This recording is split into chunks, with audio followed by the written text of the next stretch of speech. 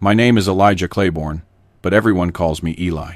I'm 73 years old, a retired small business owner, right here in Atlanta, Georgia. I spent my whole life working in an electrical supply store that I finally managed to open after years of saving every single dime. Man, how time flies, right? I was married to Grace for 44 years before our divorce. We raised 3 kids, owned our own home, and lived a life most folks would call a success.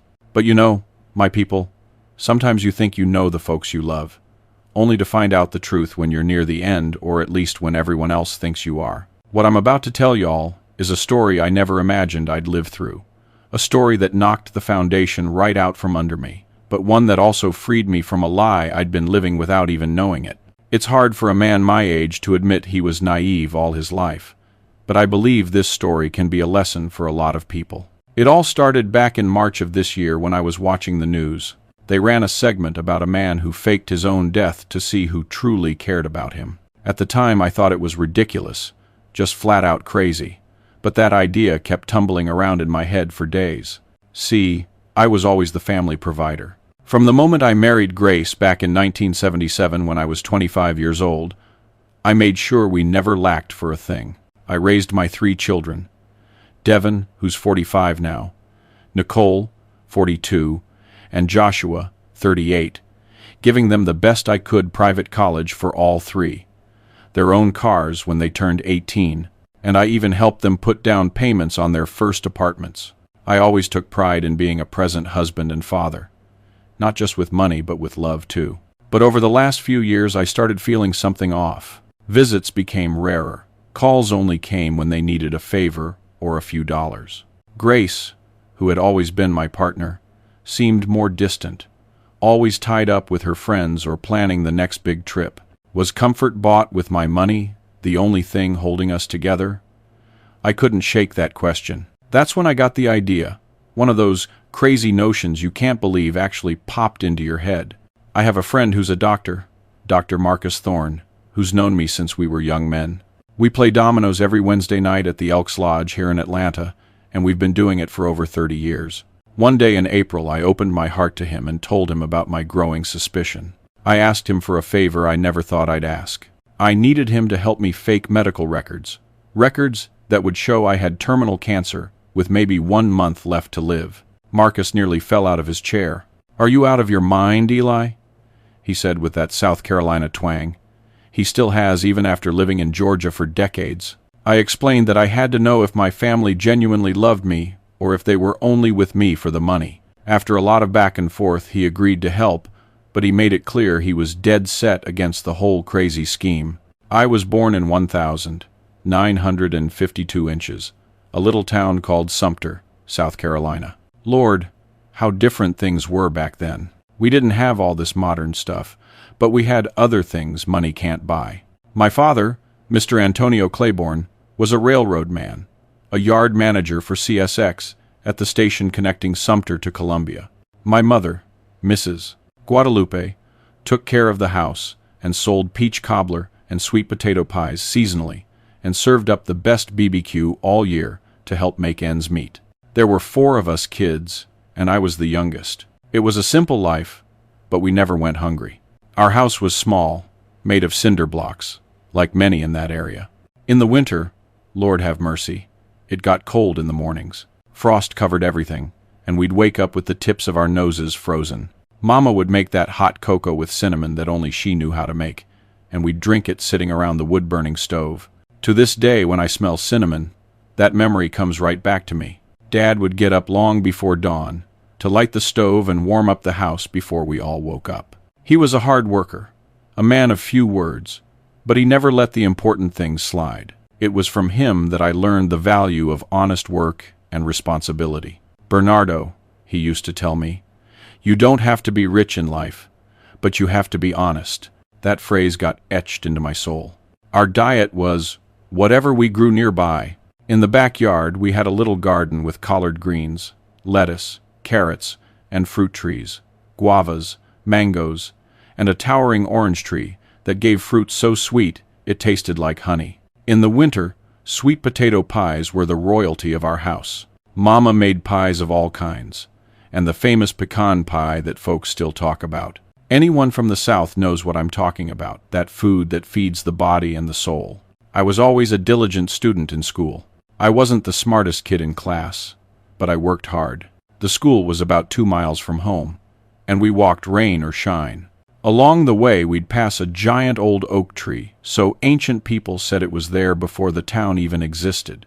On rainy days, we'd take shelter under it, and on hot days, its shade was our sanctuary. It was during this time that I learned the importance of saving. Dad got paid every 2 weeks, and on payday, he'd sit down with all of us at the table and separate the money. This much for food, this much for clothes, this much for emergencies, and a little coin for each of us to drop into our piggy banks. A saver is a keeper, he'd say, and it was by collecting those little coins that I bought my first gift for Mama, a finely embroidered apron I saw in a downtown shop in 1963 when I was 11 years old. A huge flood hit Sumter that year. It was an event that marked the whole town. It rained for weeks nonstop, and the river that ran through the town overflowed, swamping homes and businesses. We lost almost everything. I remember climbing onto the roof with my father and brothers to save what we could while the water kept rising. The entire community came together to rebuild afterwards. It was the first time I saw the power of unity among people. Adolescence arrived, and with it work. At age 14 inches 1,966, I started helping out at the store of a local merchant, Mr. Henderson. The store sold a little bit of everything: tools, household goods, electrical supplies. That's where I fell in love with the business. Mr. Henderson taught me everything about the trade, how to treat a customer right, how to organize inventory, and how to make the books balance at the end of the month. The secret to trade is trust, he'd say. If the customer trusts you, they'll come back. In 1970, when I was 18, I graduated high school and really wanted to keep studying. I dreamed of going into engineering, but the circumstances didn't allow it. The nearest university with that program was in Boston, Massachusetts, and we couldn't afford to keep me up there. So I kept working for Mr. Henderson, now as an official salesman with Social Security and everything. In 1972, when I was 20 years old, my father suffered a stroke and couldn't keep working for the railroad. I took on even more responsibility at home. It was a tough time, but it taught me a lot about caring for others. I spent the day at the store and helped take care of my father at night. I watched a strong man forced to depend on others, and it broke my heart, but he maintained his dignity. "Son," he told me once, "life takes with one hand, but it gives with the other." I lost the strength in my legs, but I gained time to watch my children grow up. I worked hard for years, saving every possible cent. In 1975, at age 23, I got a better job at a bigger store in Atlanta, the neighboring city. The decision to leave Sumter was hard, especially given my father's condition, but it was an opportunity I couldn't pass up. I left most of my paycheck with my mother and lived on the bare minimum. It was in Atlanta that I met Grace. She worked at the bakery where I bought bread every morning. She had mesmerizing green eyes and a smile that lit up the room. It took me weeks to work up the nerve to ask her out. When I finally did, I took her for coffee at a little cafe in the Sweet Auburn district. It was 1,976. I was 24 and she was 22. We talked for hours about our dreams. She wanted to be a teacher. I dreamed of owning my own business. We spent months dating Sunday visits to her parents' house, walks around the historic square after church service. Her father, Mr. George Vaughn, was a stern man, one of those who sized up a young man by the firmness of his handshake. Her mother, Mrs. Loretta Vaughn, was warmer, always offering me sweet tea and fresh-baked pecan pie. I think Grace got her smile from her. Atlanta was booming back then, and I grew right along with the city. The cold still hit hard in the winters. I even saw snow dust the nearby mountains back in 1975, but I didn't mind it so much anymore because I had the warmth of a new love. Dating Grace was like a whirlwind that changed my life. We got married in May of 1977 when I was 25 and she was 23. It was a simple ceremony at the historic Ebenezer Baptist Church, followed by a party in the fellowship hall. We didn't have much money, but we had love and the support of our families.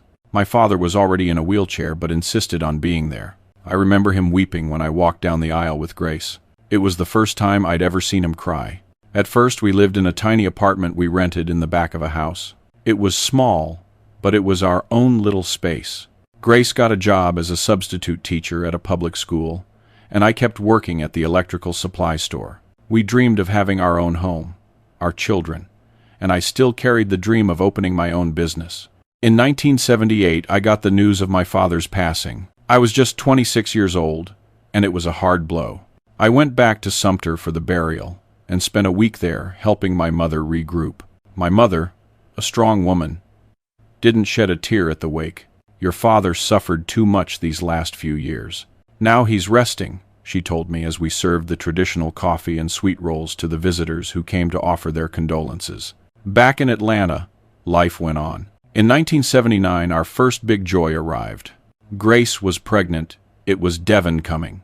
The pregnancy was easy, but the labor was complicated. We were at the hospital for over 20 hours, and I prayed the whole time that everything would be okay. When I finally heard his cry, it was the most beautiful sound I had ever heard. I was 27 years old when I became a father. Devon's arrival changed everything. Suddenly, we weren't just living for ourselves anymore. We had a tiny life depending on us. Grace temporarily left her job to dedicate herself to the baby, and I doubled my workload, doing overtime whenever I could. Our tiny rented room felt even smaller, yet somehow fuller of life. In 1980, Mr. Sterling, the owner of the store where I worked, called me in for a talk. He was thinking of opening a second location in another neighborhood and wanted me to manage it. It was a promotion with a pay raise. I accepted immediately. At 28, I had a much bigger responsibility, but also an opportunity to grow. We moved to a bigger rental house with 2 bedrooms. It wasn't our own yet, but it was progress. In 1982, the news of the second pregnancy arrived. Nicole was born in January of 1983 when I was 31. Unlike her brother, she came quick. We barely made it to the hospital. She was a beautiful baby with her mother's green eyes. Atlanta was going through a period of growth back then. The city was expanding, new businesses were coming in. It was the time of huge satellite dishes in backyards and the boom of AM radio with shows the whole city followed. On Sundays, our tradition was to go to church and then have lunch, usually fried catfish and collard greens at my mother-in-law's house. Mrs. Vaughn made greens that were finger-licking good, as we say down here. In 1985, Mr. 20, Sterling was getting ready to retire and called me in again for a conversation. He wanted to sell the store I was managing and offered me the first option to buy. It was my dream coming true, but I didn't have all the cash I needed. I pulled together all my savings, took out a bank loan, and I was still short. That's when Grace's family stepped in with part of the money. Mr. Vaughn, my father-in-law, despite being rigid, always believed in my potential. "Take it. It's a loan, not a gift. Pay me back when you can," he said, handing me an envelope of cash. Just like that, at age 33, I became the owner of my own electrical supply store. The responsibility was huge, but the feeling of realizing a dream was even greater.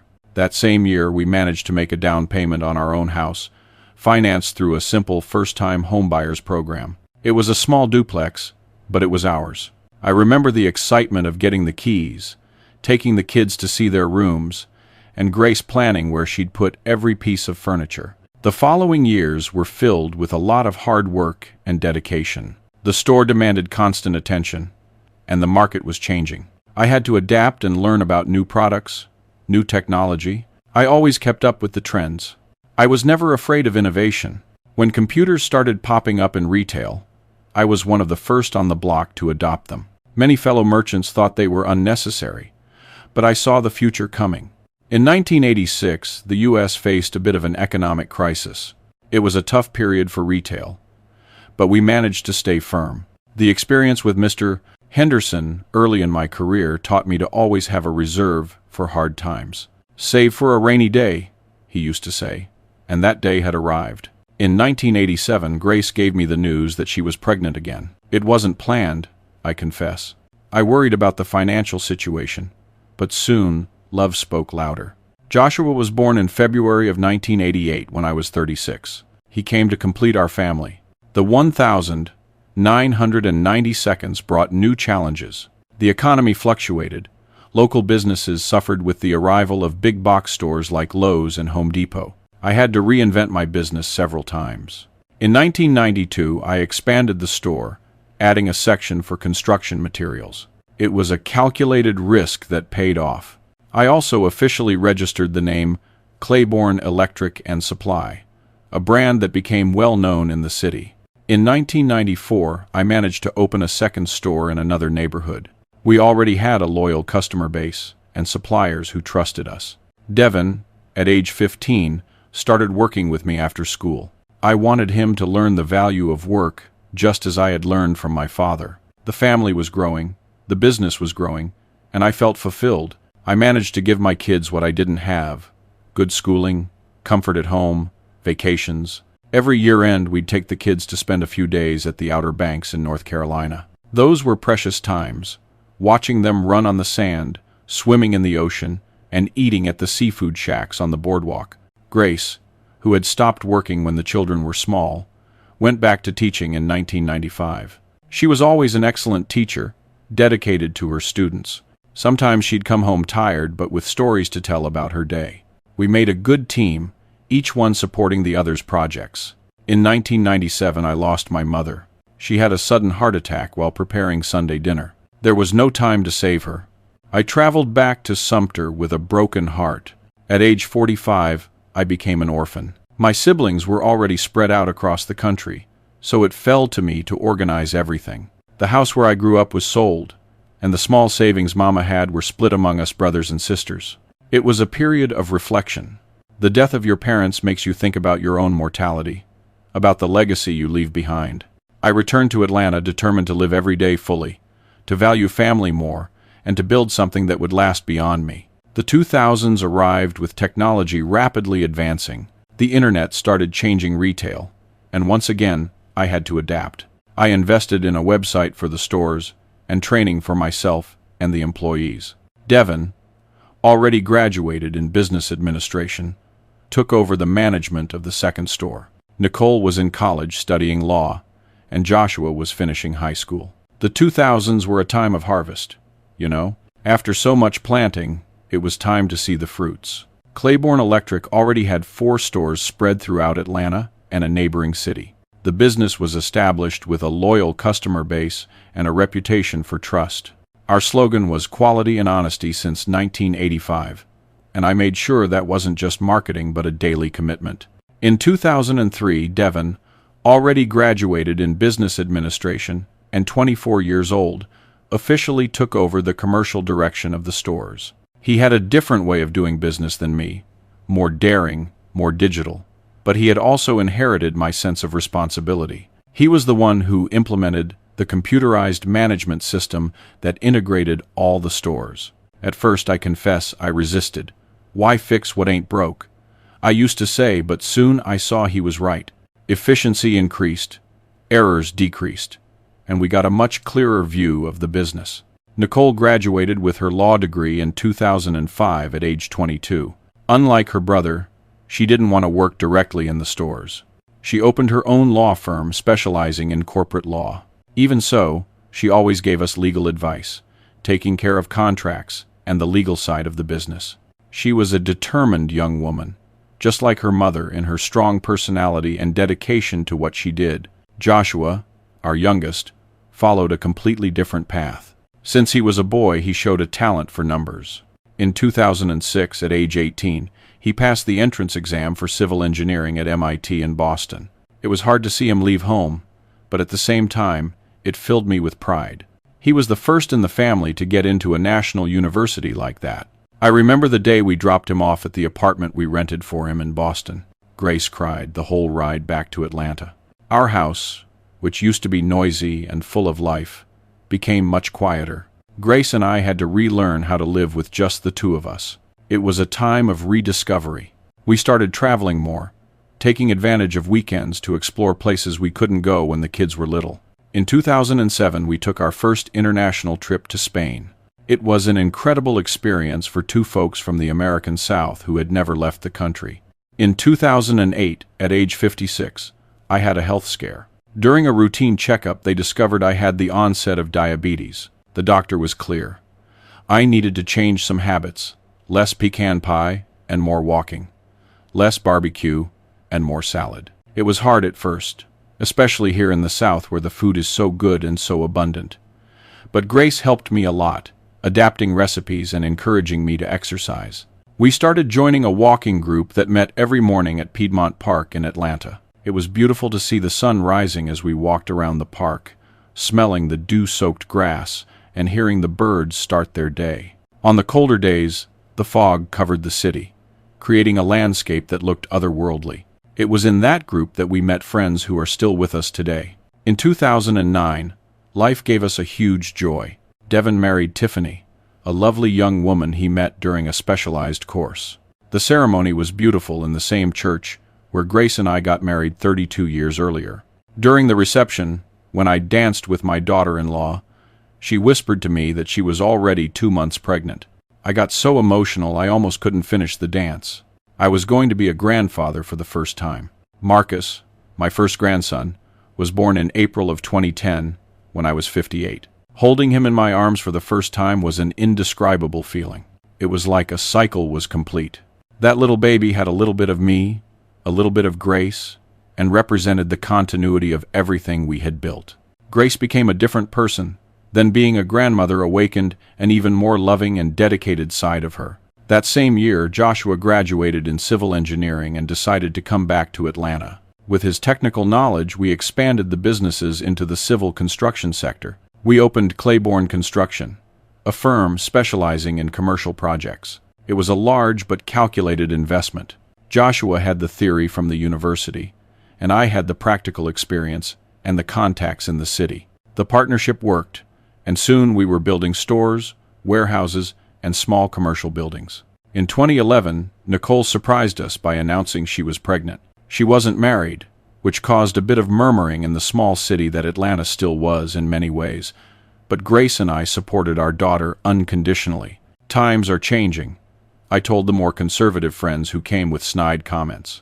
Layla, my little granddaughter, was born in December of that year, bringing even more joy to our family. In 2012, we celebrated 35 years of marriage with a big party. We gathered family, friends, former employees, and customers who had become friends over the years. It was a memorable night with a band, a 3-tiered cake, and a surprise video the kids put together with messages from people who had been part of our history. That day, looking at Grace still so beautiful at 58, I felt the same love as the day I first saw her in the bakery. The business success continued. In 2013, the local business journal named Claiborne Electric the most trustworthy company in the city for the 5th consecutive year.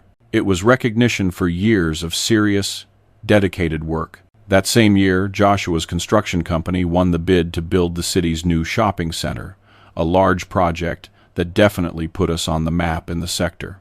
In 2014, at age 62, I started thinking about retiring, not all at once, but gradually. Devin already managed the electrical supply stores competently. Joshua commanded the construction company, and Nicole took care of the entire legal side. I could start cutting back on my workload and enjoying life more. It was around that time that I bought a small farm property in the countryside outside Atlanta near Peachtree City, a little piece of land with a creek running through the back, a few fruit trees, and a lot of silence. We built a traditional cabin-style house with a big front porch where you could watch the sunset. On weekends, we'd take the grandkids fishing, picking fruit, and riding horses. It was my sanctuary, my little piece of paradise. In 2015, Devin and Tiffany had their second child, Zoe. That same year, Nicole married Professor Ryan Maddox, a college professor who accepted Layla as his own daughter from day one. The family grew, it transformed, but it maintained its core values. In 2016, I decided to officially hand over the reins of the companies to my children. I held a formal meeting with minutes and everything, where each one received their responsibilities. I remained as chairman of the board, but the day-to-day decisions were now theirs. It was an emotional moment, a passing of the baton. I felt a mix of relief and nostalgia. Grace also retired from teaching that year, after over 20 years dedicated to education. We then began a new phase of our lives. We traveled more, spent more time at the farm, and dedicated ourselves to the grandchildren. We also started participating more actively in social projects in the city. We helped found a trade school for underprivileged youth where we taught the construction and electrical trades. It was a way to give back everything life had given us. In 2017, at age 65, I was diagnosed with a heart problem that required surgery. It wasn't life-threatening, but it was another warning sign. The surgery was successful, and the recovery was easy. During that time, I felt the love of my family very intensely. Everyone took turns staying with me at the hospital and helping with care at home. Joshua even postponed a business trip to stay in Atlanta longer. In 2018, Nicole had her second child, LJ Little Joshua. That same year, Joshua announced he was going to marry Chloe, an architect he met during a project. The family kept growing, and I felt more and more fulfilled. In 2019, when I turned 67, we took a big family trip. Grace and I, the 3 kids, their spouses, and the 4 grandchildren, rented a large house on the coast of the Outer Banks and spent 2 weeks together. Those were magical days, watching the grandkids play on the beach, having barbecues at night, and talking on the porch while listening to the sound of the ocean.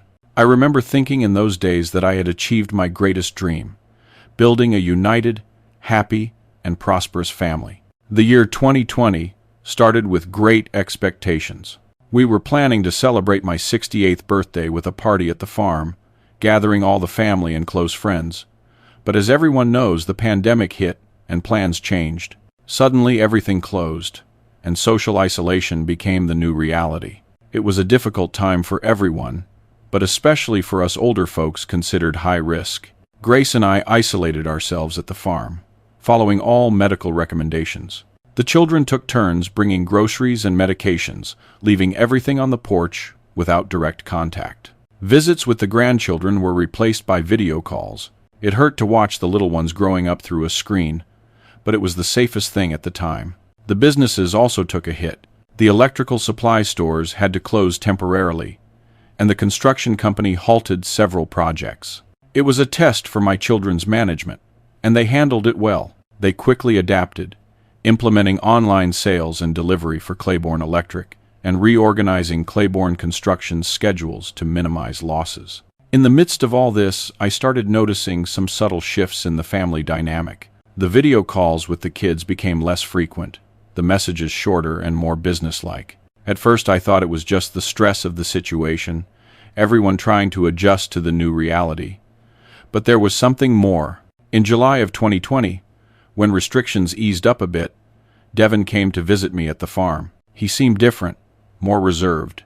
During coffee on the porch, he mentioned that the company was facing financial difficulties and asked if I could make a capital contribution. "It's temporary, Dad, just to hold us over until everything normalizes," he said. Something in the tone of his voice bothered me, but I agreed to help. After all, it was the business I built my whole life, and I didn't want to see it at risk. In September, it was Nicole's turn to show up with a similar request. Her law firm was having cash flow problems and needed a loan.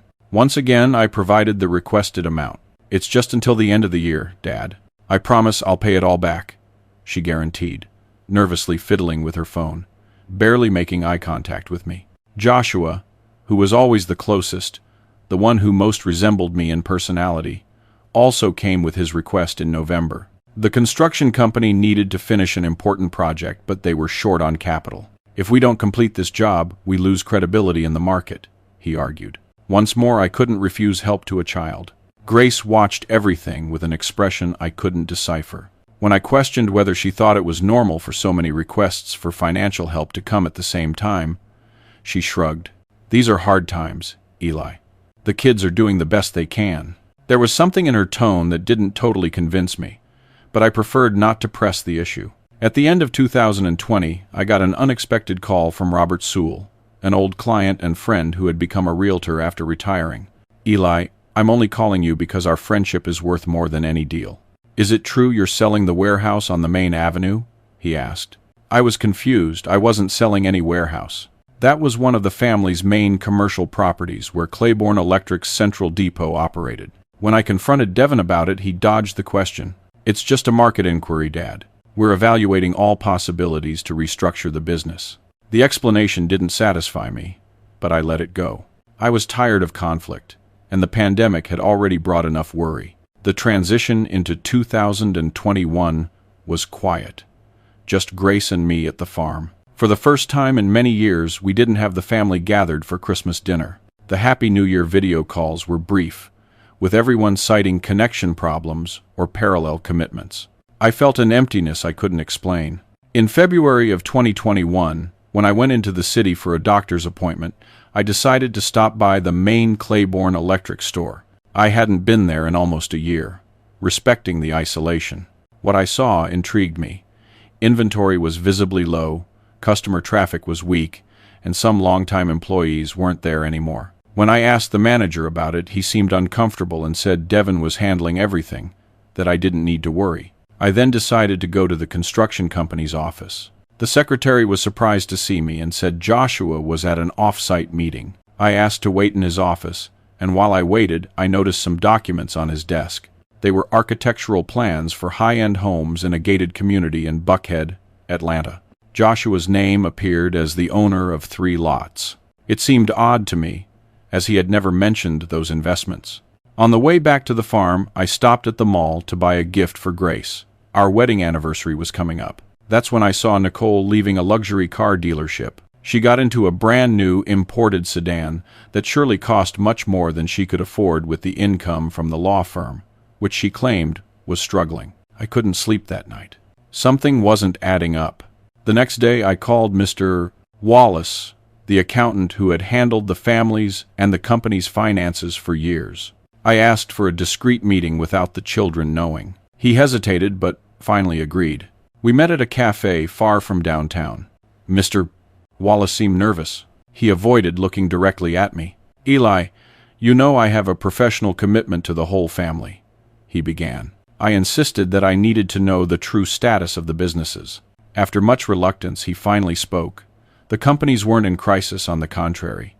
They were making more money than ever, with the post-pandemic construction boom and the rise in electrical material prices.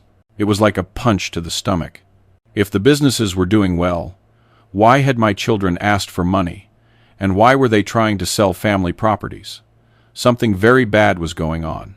In March of 2021, I decided to investigate further. I discreetly hired an independent auditor to analyze the company's accounts. The result of the audit devastated me. I discovered that large sums had been transferred from the corporate accounts to my children's personal accounts. Devin had bought not just the house in Miami Beach, but also an apartment in New York City. Nicole, besides the new car, was building a mansion in a wealthy Atlanta neighborhood. Joshua had invested in real estate in Manhattan, New York, and bought a yacht. I confronted Grace with these discoveries, expecting her to be as shocked as I was. To my surprise, she didn't seem surprised. "So what, Eli? They're just enjoying what we worked to build. Isn't that what every parent wants for their kids?" she said, with a coldness I had never seen before. "But they lied to us, Grace. They said the companies were in crisis when they were actually draining money," I argued. "Look, Eli, they're young. They want to enjoy life. We already have everything we need. What's the big deal if they want a little more comfort?" she replied, looking away. That's when a terrible suspicion began to form in my mind. Could Grace be in on it? Was she involved too? I started remembering small details.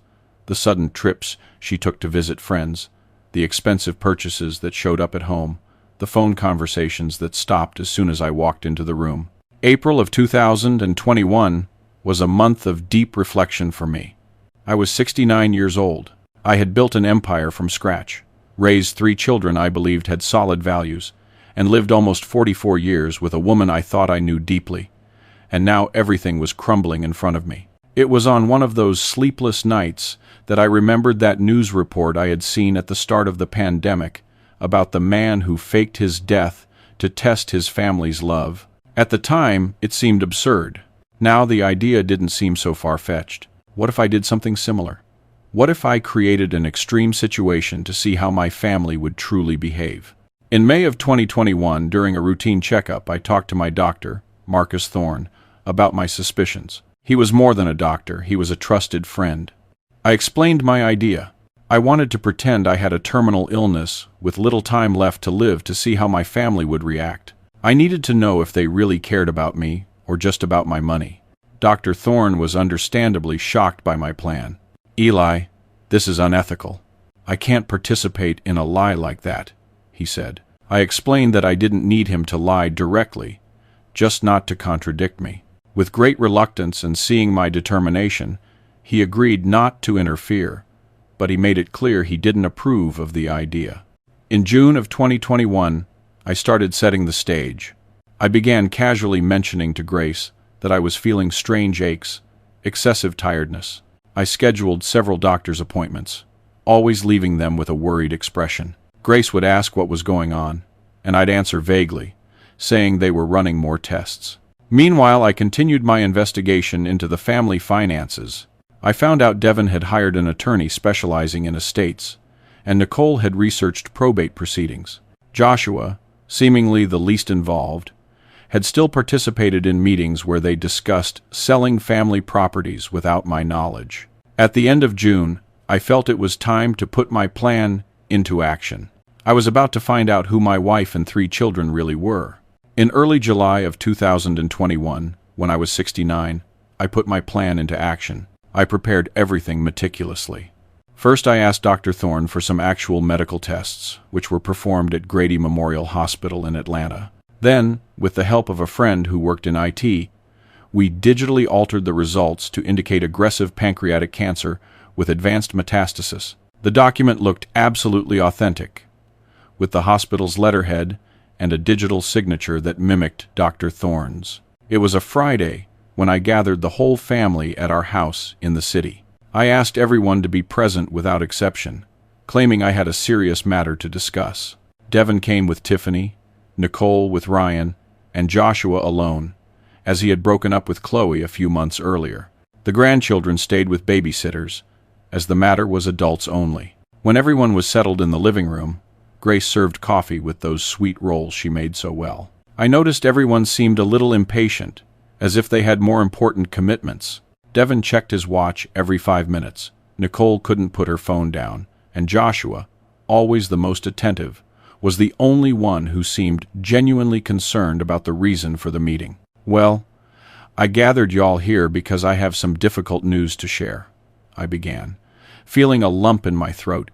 Even though it was a staged scene, the emotion felt real. I had some tests last week, and the results weren't good. Everyone's eyes shot up, suddenly attentive. Grace, who was sitting next to me, took my hand. I couldn't tell if the gesture was genuine or part of an act.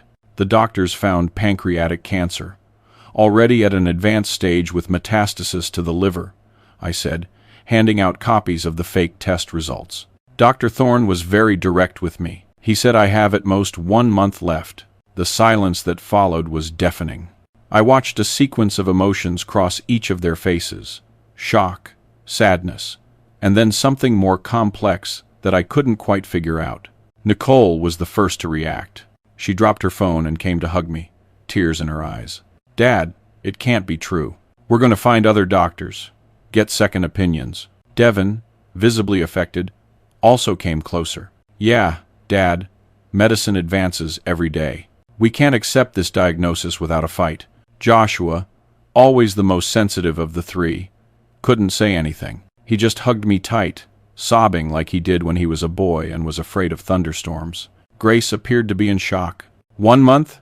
Only 1 month?" she repeated, her hands trembling so much she almost spilled her coffee cup. Their initial reaction caught me by surprise. It seemed genuine, full of love and concern. For a moment I questioned my plan. Maybe I was wrong about them. Maybe the money wasn't that important. I spent the next few hours answering questions, explaining that the type of cancer was particularly aggressive and that it had spread too much for any effective treatment. I said Dr. Thorne had suggested only palliative care to ensure comfort in my final days. "I don't want to spend this last month in a hospital," I stated.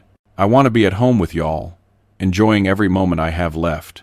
Everyone agreed, offering help and guaranteeing they would be present. Grace decided she would stay with me full-time. The children would take turns during the day while managing the companies. It was all very beautiful, very supportive. That night, after everyone left, Grace and I sat on the porch.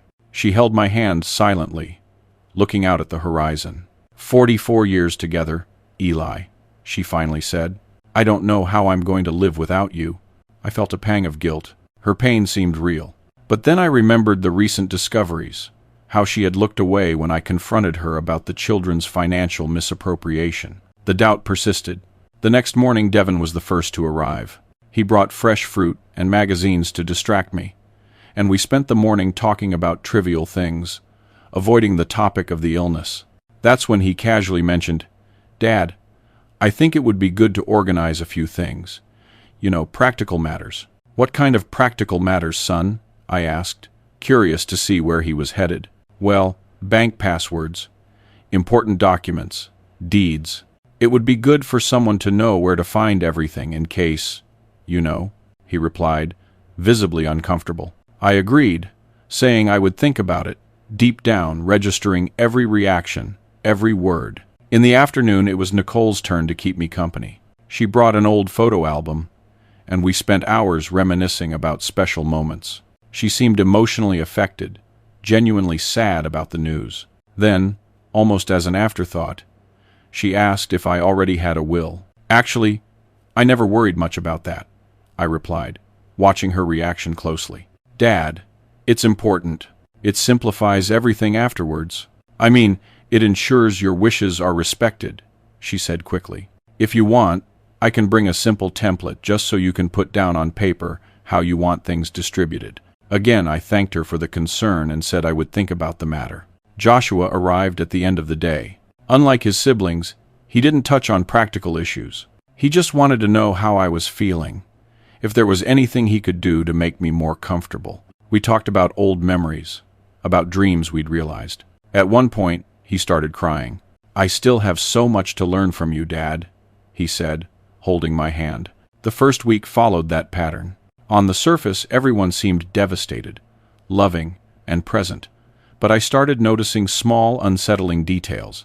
Grace began making long calls in the bedroom with the door closed.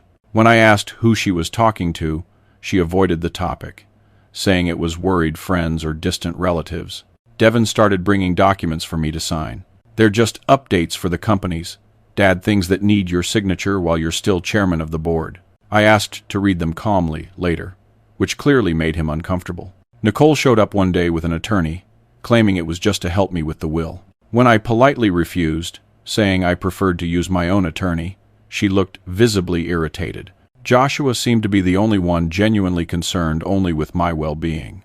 However, I did notice he started visiting the farm frequently, taking pictures and measuring rooms, saying it was for a surprise project to cheer me up.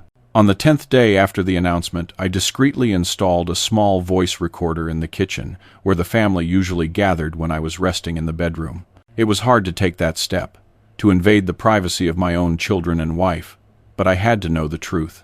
The next morning I listened to the recording, and it was like a dagger was plunged into my heart. "He's taking longer than the doctor predicted," Grace's voice said. "Dr. Thorne said a month, but he seems so normal. I think he's hiding something. I couldn't get him to sign the property transfer for the main store. He insists on reading everything thoroughly," Devin replied. "He refused the lawyer I brought," Nicole said. "How are we going to ensure the will is done the right way?" "Y'all are disgusting." Joshua's voice sounded irritated. "Dad is dying, and all you can think about are properties and wills." "Don't be a hypocrite, Joshua," Nicole shot back. "I saw you measuring the farm yesterday. You're already planning what to do with it afterwards, aren't you?" "That's different," Joshua defended himself. "I'm just checking what would need to be done to maintain the place. It's Dad's dream. I don't want it to fall apart." "Whatever." Devin's voice sounded impatient. "The fact is, we need to resolve these legal issues quickly. Who knows how much time we really have? It could be less than a month." "What do you suggest?" Grace asked. There was a silence, and then Nicole's voice, softer. "What if we helped nature along?" My blood ran cold. "What do you mean by that?" Joshua's voice sounded alarmed. "He's already suffering," Nicole continued. "Morphine. Besides, nobody would question it. It would be quick, painless." "Nicole, are you crazy?" Joshua sounded horrified. "She has a point," Devin's voice cut in. "He's going to die anyway. Why prolong the suffering?" "I can't believe what I'm hearing," Joshua said. We're talking about our father. Joshua, be practical. Grace's voice sounded strangely calm. Eli's already lived a good life. And you yourself said he's suffering. This is wrong, Joshua exclaimed. I won't be a part of this. Nobody's asking you to do anything, Devin said. Just don't interfere. We'll wait one more week, Nicole proposed. If he hasn't signed the documents by then, we decide what to do. I turned off the recorder, feeling nauseous. My worst nightmare was coming true. My own family, my wife of 44 years, my children, whom I raised with so much love, were not only eager for my death to grab my money, but were even considering speeding up the process. Only Joshua seemed to have any moral scruples, though even he was already planning what to do with the farm after I was gone.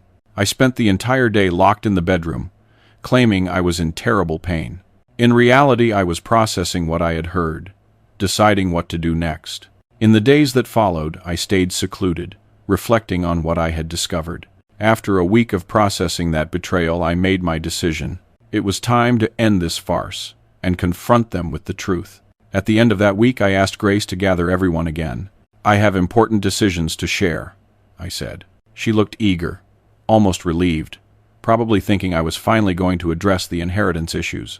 When everyone arrived and settled into the living room, I took a deep breath and stood up, dropping the pose of a frail, sick man I had been maintaining. I have something very important to tell y'all. I began with a firm voice that startled everyone. I'm not dying. The shock on their faces would have been comical under other circumstances. What do you mean, Dad? Nicole asked, the first to regain her voice. I mean, I don't have cancer. The tests I showed you are fake. I don't have 1 month to live. In fact, according to my last real checkup, I'm perfectly healthy for a 9-year-old man. The silence that followed was absolute. You could hear the clock ticking on the wall. Why would you do such a thing? Grace asked, with an expression that mixed relief and fury. To test you, I replied simply.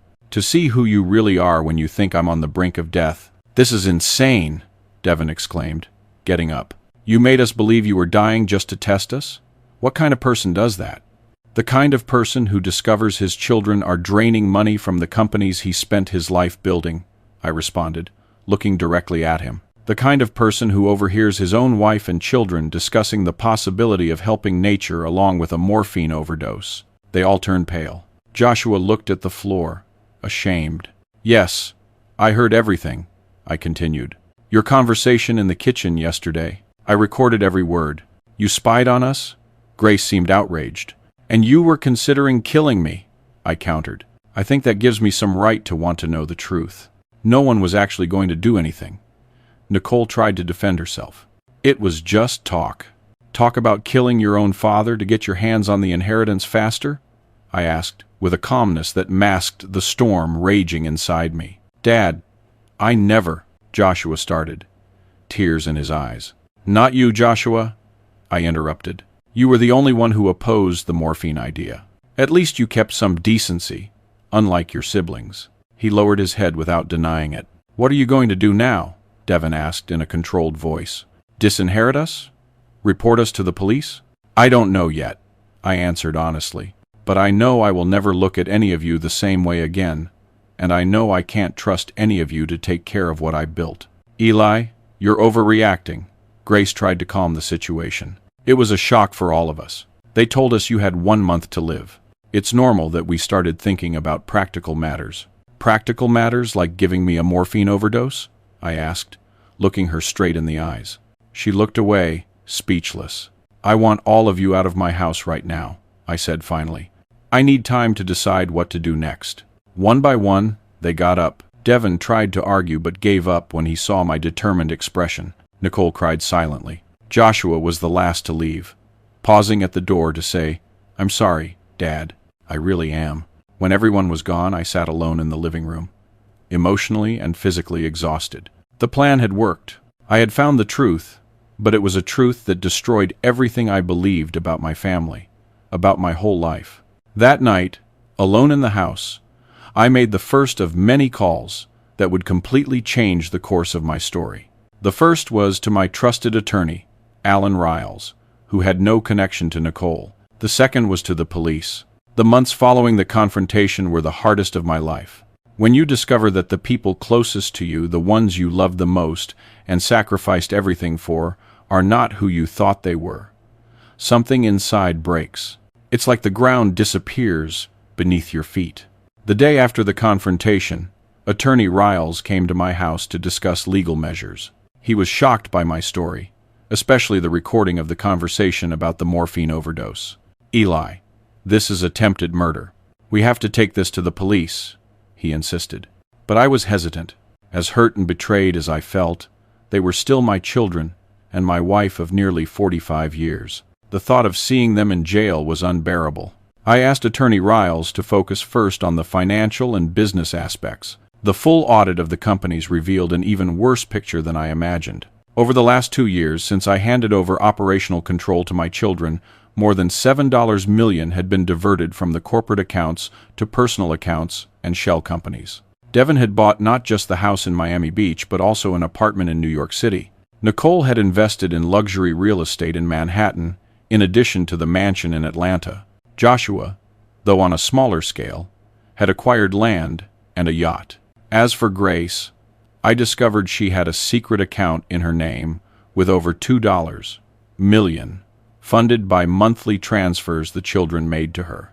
The money I thought was being used to expand the businesses was actually enriching my own family at my expense. At the end of July, I made a drastic decision with Attorney Riles' help. I removed my children from control of the companies and revoked all the power of attorney I had granted them. I reassumed the presidency of Claiborne Electric and Claiborne Construction, appointing trusted managers for the day-to-day operations. I also froze all the corporate accounts they had access to. The reactions were immediate and furious. Devin called me, alternating between pleas and threats. "Dad, you can't do this. These companies are ours as much as yours. We're going to sue you for everything you own." Nicole, using her legal training, sent a formal notice claiming I lacked the mental capacity to make such decisions. She even suggested judicial interdiction, which hurt me deeply. Joshua was the only one who didn't react with hostility. He showed up at my door a week later, alone, visibly distraught. "I understand what you did, Dad," he said, "and I don't blame you." We talked for hours that day. He admitted to being swayed by greed and influenced by his siblings. "I lost my way," he confessed, crying. "I want a chance to fix things, if you can still forgive me." As for Grace, she tried to keep up appearances for a few weeks, claiming she was as shocked as I was by the children's behavior. But when I confronted her with the evidence of the secret account, she changed completely. "You were always so naive, Eli," she said coldly. "Did you really think a woman like me would be satisfied with the simple life you offered? I deserved more." In August, Grace left the house, going to live temporarily with Nicole. In early September, I received the divorce papers. 44 years of marriage ending in a cold, impersonal document. I signed without contesting. That marriage, I realized, had ended a long time ago. Maybe it had never been real. The legal battle that followed was exhausting. My children, led by Nicole, contested all my business decisions. They claimed I had verbally promised them the companies would be divided equally among them, that control had already been officially transferred. But Attorney Riles was prepared. We had all the original documents showing I was still the legal owner of everything. In October, I decided to take a step I never imagined I would. I filed a formal complaint against Devin and Nicole for embezzlement and fraud. The evidence was irrefutable, and both were indicted. Joshua was exempted as his participation had been minor, and he was cooperating with the investigation. The news spread quickly through Atlanta. Suddenly, I was at the center of a scandal. Families we had known for decades now whispered when I passed by. Some supported me, saying I had done the right thing. Others criticized me for exposing my own children. "You should wash your dirty laundry at home," I heard more than once. In November, I sold the house in the city. There were too many memories there, most of them now tainted. I moved permanently to the farm near Peachtree City, seeking peace and isolation. I renovated the house, making it more comfortable for a man nearing 70 who now lived alone. At the end of 2021, I received unexpected news. Layla, my granddaughter, Nicole's daughter, who was now 10, had run away from home and showed up at my farm. She was upset with her mother and wanted to stay with me. Mom only talks about money and how bad you are, Grandpa. But I know it's not true, she said with a wisdom beyond her years. I called Nicole, letting her know Layla was with me. She came to pick up her daughter, furious. But something happened when we met. I saw a flicker in her eyes of the girl I had raised before greed consumed everything. She allowed Layla to visit me regularly, even against the wishes of Devin and Grace. Marcus, Devin's son, also started visiting me secretly. At age 12, he already showed admirable independent thought. Dad says you stole everything from them, Grandpa, he told me. But I heard him telling Mom that they had gone too far, that they shouldn't have talked about that morphine thing. These moments with my grandchildren were rays of light in very dark days. I realized that, despite everything, something I taught had passed on to the next generation. Maybe the true continuity of my legacy was there. The criminal case against Devin and Nicole dragged on until mid-2022. In the end, they reached a plea agreement with the prosecutor's office. They would return the embezzled money and perform community service for 2 years. They avoided jail, which, despite everything, was a relief for me. Joshua went through a different process. After voluntarily returning what he had acquired with the diverted money, he started working as a freelance engineer. Slowly, we rebuilt our relationship. It wasn't the same as before, it never would be, but there was mutual respect and maybe the beginning of forgiveness. In September of 2022, when I was 70, I made a decision that surprised everyone.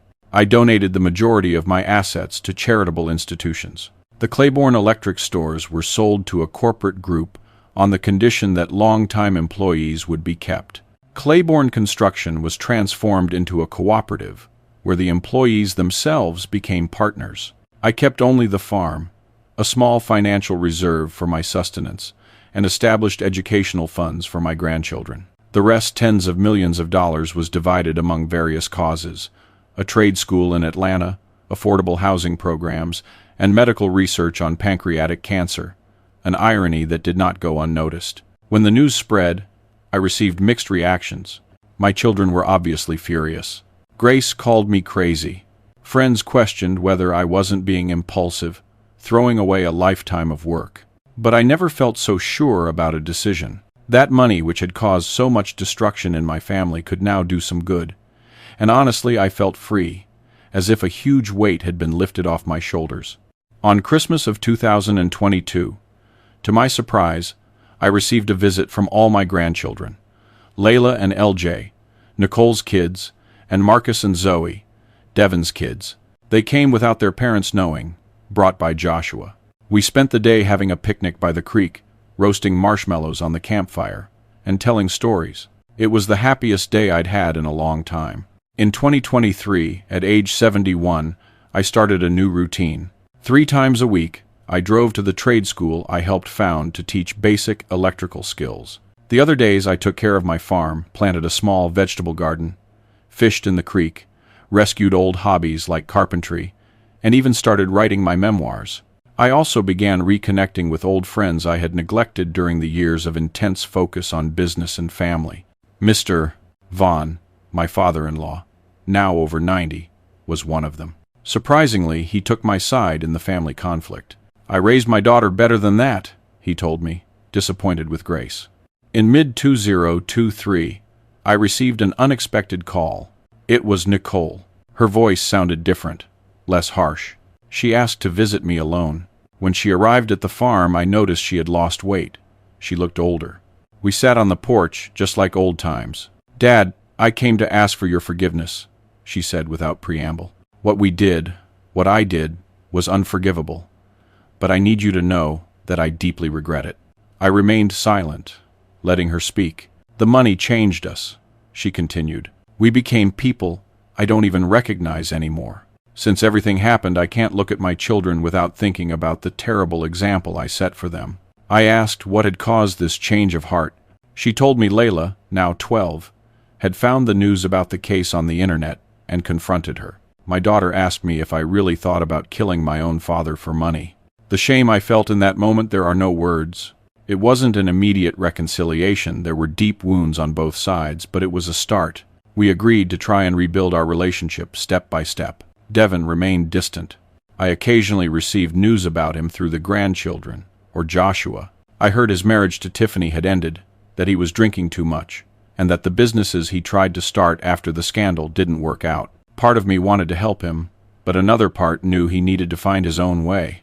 Grace continued with her life. As far as I know, she moved to Spain with a younger man. We never spoke again after the divorce. 44 years of history ending like that, in silence. In early 2024, at age 72, I had an idea that would once again change the course of my life. Joshua was planning to open a small construction company focused on sustainable projects. I decided to support him, not financially, but with my experience and contacts. We started working together, building ecological homes for low-income families. It was a new beginning for both of us. He brought the technical knowledge and energy of youth. I contributed the experience and wisdom of the years. Our first project was completed in May of 2024. 10 houses made with recycled materials and solar energy systems, delivered to families who would never have been able to afford a conventional home. Seeing the gratitude in those families' eyes as they received the keys, I felt a fulfillment that no business success had ever given me before. Joshua also seemed transformed by the experience. "This is better than making millions, Dad," he told me after the handover ceremony. In August of 2024, I organized a small celebration at the farm for my 72nd birthday. To my surprise, besides Joshua and the grandchildren, Nicole also showed up. She brought a homemade cake she had baked herself, something she had never done before. "I'm learning to value the simple things," she explained. Devin didn't come, but he sent a handwritten card. It was just a few lines, but it meant a lot. "Happy birthday, Dad. I hope one day I'll have the courage to ask for your forgiveness personally." Now, at 73 years old, I still live on my farm near Peachtree City with a much simpler life than I ever imagined having, but one that is also much richer in other ways. Nicole and I have dinner together once a month. She went back to practicing law, but now for social causes, often pro bono. Joshua is my partner in the sustainable construction company, which has already delivered 30 homes to families in need. Devin still keeps his distance, but the grandchildren tell me he stopped drinking and is trying to reorganize his life. As for Grace, I recently heard she is still in Spain. I wished her happiness, honestly. What we had one day was real, at least for me, and I prefer to remember the good times we shared. The lesson I learned from all this: money can build empires, but it can also destroy what truly matters. I faked being on my deathbed and discovered who my family really was. It was painful, devastating even, but it was also liberating. Today, I know exactly who the people around me are and why they are with me. There are no more masks, no more lies. Sometimes when I'm sitting on the farm porch watching the sunset with a glass of sweet tea in my hand, I think about how life comes full circle. I lost a fake family, but I gained a real life, and in the end, that's what truly matters. I woke up this morning to the sound of birds singing here at the farm near Peachtree City. The day starts early with a fine mist covering the fields that dissolves with the first rays of sun. I had my tea on the porch watching nature wake up. At 73, I've learned to value these simple moments. Joshua is coming to pick me up today to go to the handover of 5 more houses from our project. It's always moving to see the families receive the keys, their eyes shining with hope. Afterwards, we're going to lunch with Nicole and the grandchildren. Layla, now 14, is eager to show me a school project she did on sustainability, inspired by her uncle's work. Marcus, who's 15, is already talking about studying engineering like Joshua. It's in these moments that I feel that despite everything, something good blossomed from the ashes. I heard from Devin last week. He's living in Memphis, working for a tech company. He sent a message saying he's ready to talk if I want to. I replied that my door is always open for him. Sometimes people ask me if I regret what I did. Faking a terminal illness was extreme, I know, but the truth I uncovered, as painful as it was, set me free. I lived decades in an illusion, surrounded by people who saw in me only what I could materially provide. The money I worked so hard to accumulate almost destroyed everything I loved. It's ironic how something we judge so important can prove to be so dangerous. In the end, it was by giving it up that I found peace and authenticity. Today, I live with what I need, without excess, but with a richness that can't be measured in dollars. I have a clear conscience. the respect of those who truly matter, and the satisfaction of seeing my work help people who genuinely need it. I learned that a man's true worth isn't in what he owns, but in the positive impact he makes on the lives of others. I faked being on my deathbed to find out who truly loved me. I lost a family based on interests, but I gained clarity and purpose. And in the process, perhaps I taught a valuable lesson to my children and grandchildren. Money comes and goes, but character remains. Here from my little corner in Georgia, looking at these ancient oak trees that have witnessed so many stories before mine, I feel a peace I never imagined finding. That's life, right? Full of twists and turns. The important thing is to keep walking the path with honesty and an open heart. Have you ever faced betrayal from someone you loved a lot? How did you overcome it? This old man gets really happy knowing who is on the other side, listening, and at what time of your day you took a little bit of time to listen to me. A big tight hug as big as my heart.